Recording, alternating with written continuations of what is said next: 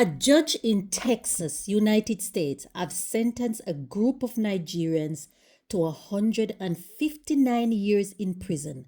Yes, you heard that right. 159 years. Wow. And amongst that group is a husband and wife. So I want to ask this. Of that husband and wife, not one could say to the other, listen, what we're doing is wrong. We need to stop. Or you need to stop. Imagine the impact on their children. Also among that group are two brothers. Two brothers. What do you think their parents must be feeling or what they must be thinking right now? Their two sons. 159 years in prison. Good afternoon, welcome and welcome back to my channel. We share real stories, lived experiences of real people living in the diaspora. If you find value in that kind of content, don't forget to like this video, share and subscribe. And don't forget to turn on your notification so you will know when I post a next video. Now let's just dive into the story. So according to report, this started in 2017. So it's been going on for a couple of years, but they didn't know that they were under surveillance from the FBI and other agencies.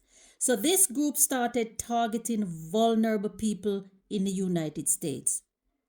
These include romance scam, business email compromise, investor fraud, and unemployment insurance fraud.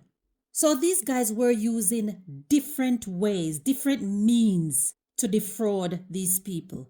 And they managed to defraud over 100 victims of 17 million US dollar. 17 million US dollar. That's a lot of money.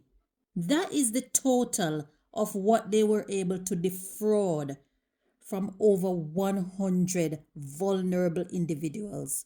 The federal prosecutors described the operation as a transnational criminal enterprise that preyed on vulnerable population. And there were multiple agencies involved in catching these fraudsters, ranging from the FBI, the IRS, Criminal Investigation, and Homeland Security Investigations.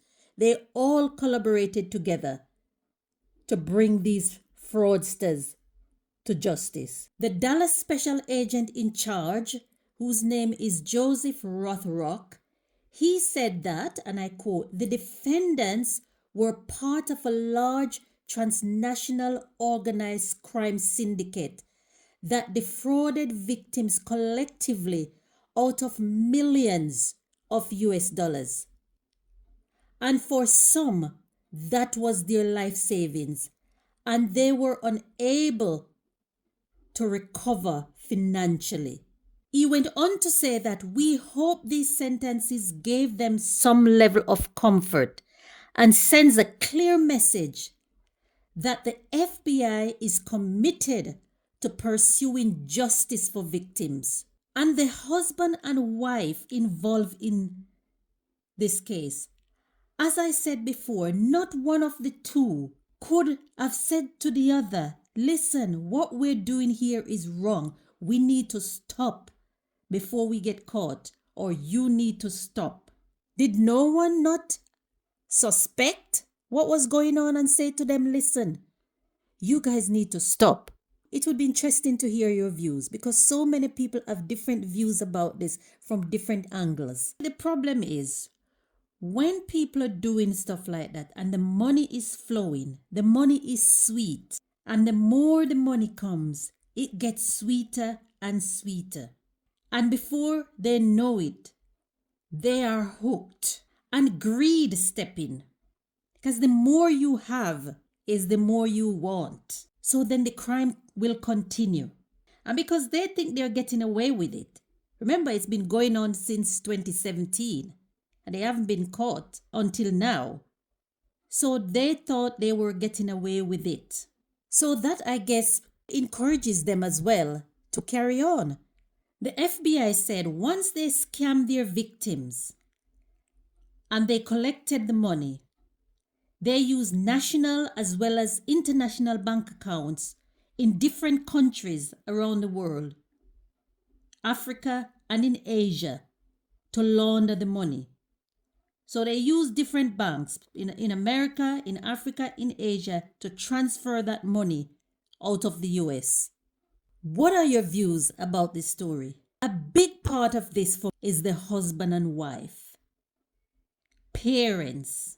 Can you imagine the impact on their children? When they go to school, their schoolmates will be laughing and pointing finger and saying, look, her mom and dad is in prison for fraud. Or his mom and dad is in prison for fraud. Because even if they try to hide it from the children, they will know. Kids these days are all over social media. They even know more than the grown-ups about what's going on social media. And their names are all over the papers, all over social media. So the children will know and their friends will know. Do you think this is selfish?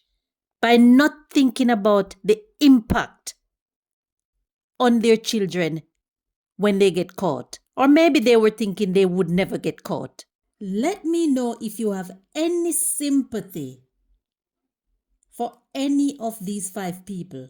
Or maybe just for the husband and wife, because there are children involved.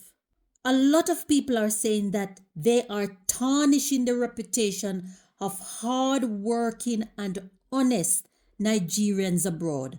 They don't want to work and they want to get rich quick. That's just basically it. And that's what a lot of people are saying. Others are saying that the sentence is too harsh. Do you think that is too harsh? Or do you think the sentence reflects the crime? Don't forget that some of these people are elderly, vulnerable people.